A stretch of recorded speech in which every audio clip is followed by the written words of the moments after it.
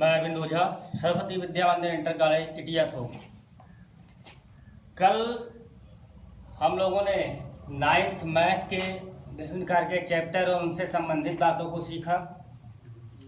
आज उनमें से एक चैप्टर जो बहुत ही महत्वपूर्ण चैप्टर है आपका बहुपद पॉलिनोमियल्स, उसके बारे में अध्ययन करेंगे। तो सबसे पहले चीज हम लोग जाने कि पॉलिनोमियल होता क्या है, किसको हम पॉलिनोमियल कहते हैं, यानी बहुपद किसे कहते हैं। तो आइए देखते हैं इसकी जो डेफिनेशन है। अगर कोई फंक्शन या फलन कोई दिया है पी ऑफ एक्स का मतलब क्या हुआ, पॉलिनोमियल ऑफ, यानी जो यक्स लिखा है इसका मतलब जो ये पॉलिनोमियल है वो यक्स वेरिएबल के रूप में है, यक्स चरराशि के रूप में है। मान लिया हमने कोई फंक्शन दिया है P of x is equal to a0 a1x plus a2x square plus dot dot dot an minus 1 x to power n minus 1 और plus an x to power n के रूप को चर वेरिएबल, यहाँ हमने पहले ही बता दिया था यक्स का मतलब, इसका मतलब क्या होता है कि जो पॉलिनोमियल होगा उसमें प्रयुक्त चर राशि क्या होगी, वेरिएबल क्या होगा, यक्स होगा।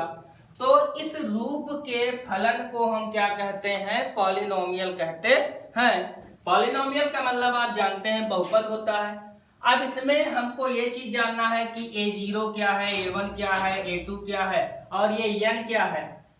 तो ये सब सारी चीजें देखिए, यहाँ जहां क्या होना चाहिए, an is not equal to 0, यानी an की वैल्यू क्या नहीं होनी चाहिए, 0 के बराबर नहीं होनी चाहिए। और a0 a1 a2 an minus 1 an ये सब क्या है, एक रियल नंबर है, वास्तविक संख्याएं हैं। और n क्या है, एक ऋणात्मक पूर्णांक। ऋणात्मक पूर्णांक का मतलब आप लोग समझें, यहाँ देखिए ऋणात्मक को अगर हम तोड़ के राइटिंग करें तो ये लिखा हुआ है आपके सामने ऋण प्लस उत्तर, और उत्तर का मतलब गणित की भाषा में क्या होता है, अधिक। उत्तर का मतलब क्या होता है गणितीय भाषा में, अधिक होता है। इसका मतलब ऋण से अधिक, यानी घातांक क्या होना चाहिए, ऋण से अधिक। अब ऋण से अधिक का मतलब क्या होता है, 0, और क्या होता है, पॉजिटिव इंटीजर, इसका मतलब धनात्मक पूर्णांक या धनात्मक संख्या आप मान सकते हैं। तो अगर आपसे कोई पूछता है पॉलिनोमियल है क्या, या उसके बारे में आपसे कोई पूछता है, तो ये चीजें आप बताओगे। बहुपद का मतलब आप लोग समझते हैं कि बहुत से पद जिसमें हो, लेकिन बहुत से पद होने का मतलब सिर्फ अधिक पदों से नहीं है। हमको ये चीज सबसे महत्वपूर्ण चीज ध्यान रखना है कि अगर कोई फलन दिया हुआ है उस पर जो घातांक आपका यानी जो डिग्री दी हुई है वो क्या होना चाहिए, ऋणात्मक पूर्णांक होना चाहिए। ऋणात्मक पूर्णांक का मतलब हमने आपको बताया कि ऋण से उत्तर अर्थात ऋण से अधिक या तो 0 हो या तो पॉजिटिव इंटीजर हो, तो हम कह सकते हैं कि यह फलन, ये फंक्शन एक पॉलिनोमियल है। तो यहाँ देखिए एग्जाम्पल के लिए हमने लिया है, एग्जाम्पल में आप देखिए क्या है, 3x square plus 2x plus 1। अब ये पॉलिनोमियल है, क्यों पॉलिनोमियल है इसके बारे में यहाँ देखिए। पॉलिनोमियल इसलिए है क्योंकि यहाँ देखिए जो डिग्री है x के ऊपर ये 2 है, इसके ऊपर हम राइटिंग कर सकते हैं 1, और इस 1 को हम राइटिंग कर सकते हैं 1 cross x to power 0।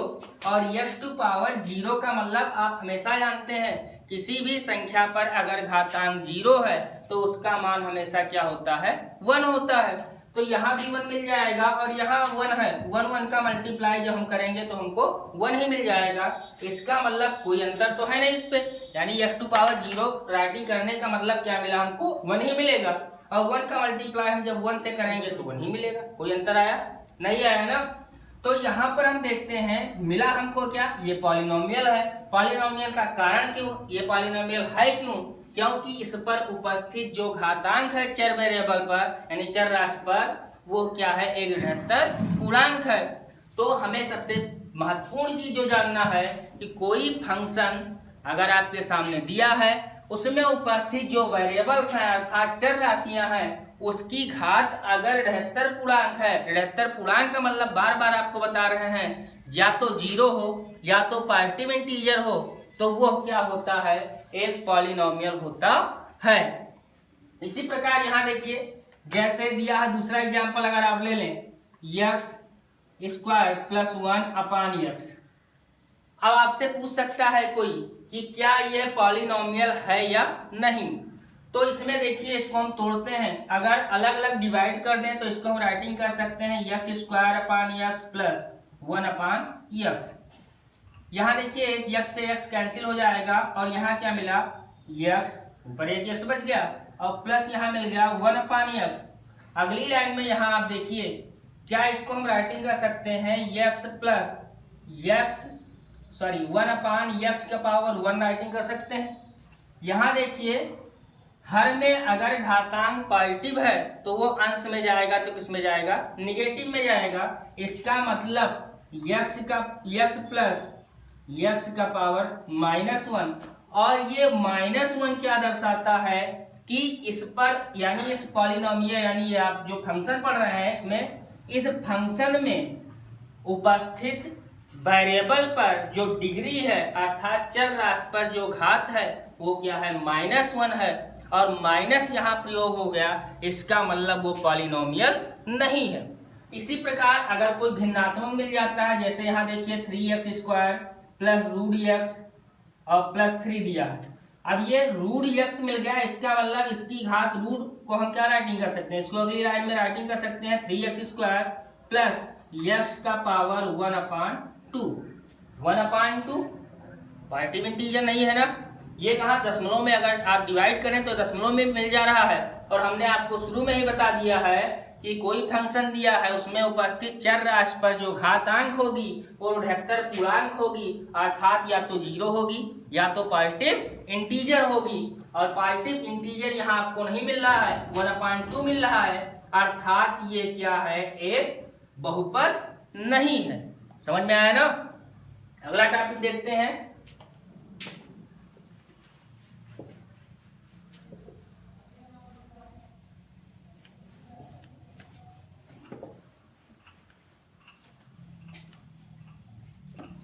Next topic आपका है डिग्री ऑफ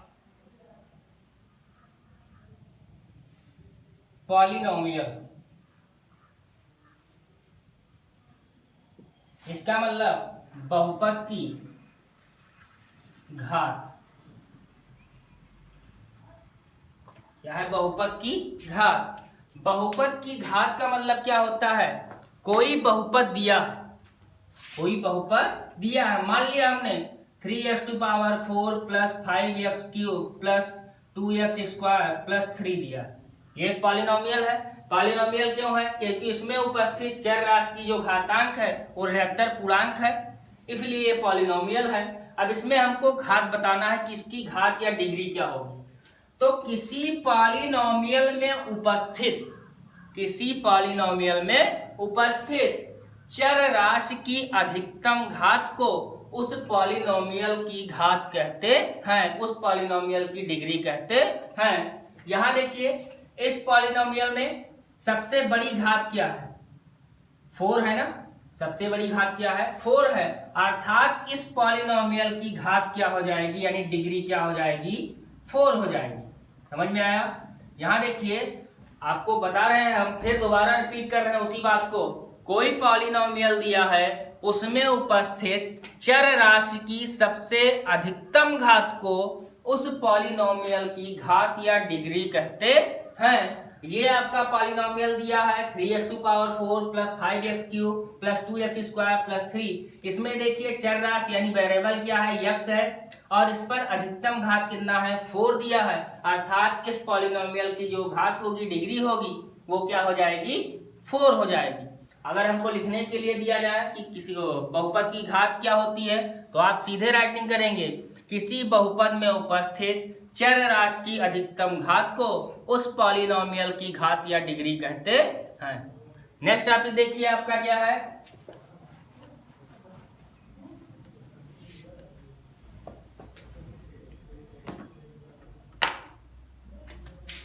स्टैंडर्ड फॉर्म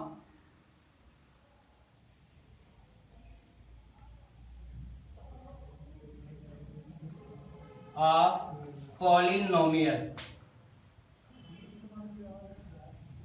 अर्थात बहुपद का मानक रूप।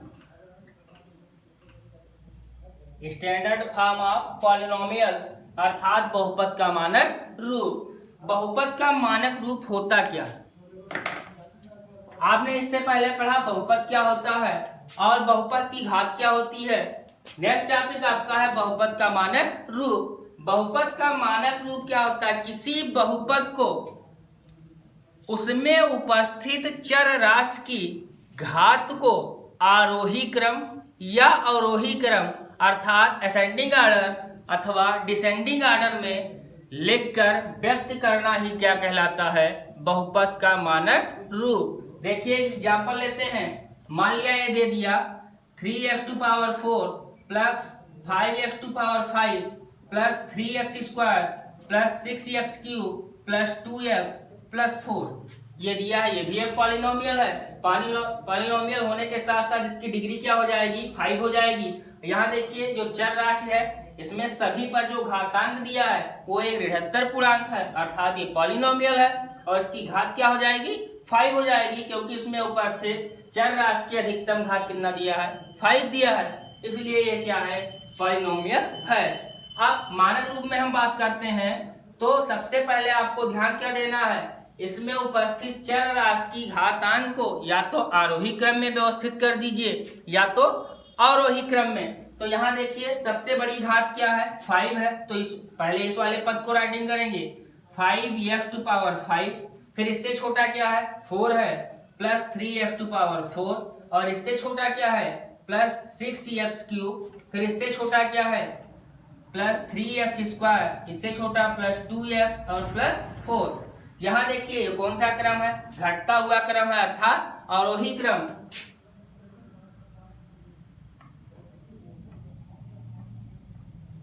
अर्थात डिसेंडिंग ऑर्डर।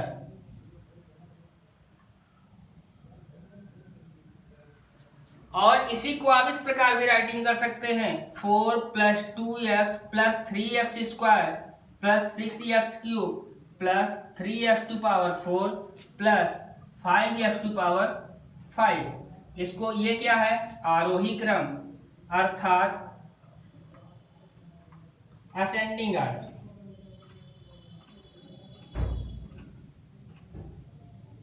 क्या है? Ascending order. तो अगर बहुपद का मानक रूप लिखने के लिए पूछ रहा है आपसे कोई या क्वेश्चन आपके सामने आता है कि ये बहुपद दिया है इसको मानक रूप में लिखिए, तो आप क्या करेंगे? उसमें उपस्थित चर राशि की घातांक को या तो आरोही क्रम या फिर अवरोही क्रम में व्यवस्थित करेंगे और वही क्या हो जाएगा? बहुपद का मानक रूप। तो आज हम लोगों ने सीखा पॉलिनोमियल क्या होता है और पॉलिनोमियल की डिग्री क्या होती है और स्टैंडर्ड फॉर्म क्या होता है पॉलिनोमियल का, इसके बारे में अध्ययन किया और सीखा। नेक्स्ट टॉपिक में हम इसके पॉलिनोमियल्स के काइंड्स बताएंगे। 2 बेस पे होते हैं आपके, एक आपका डिग्री के बेस पे होता है और एक आपका क्या होता है? टर्म के आधार पर। तो इस पर आधारित आप लोग कुछ क्वेश्चन सॉल्व करेंगे और जो भी समस्या आएगी उसको आप पूछेंगे। धन्यवाद।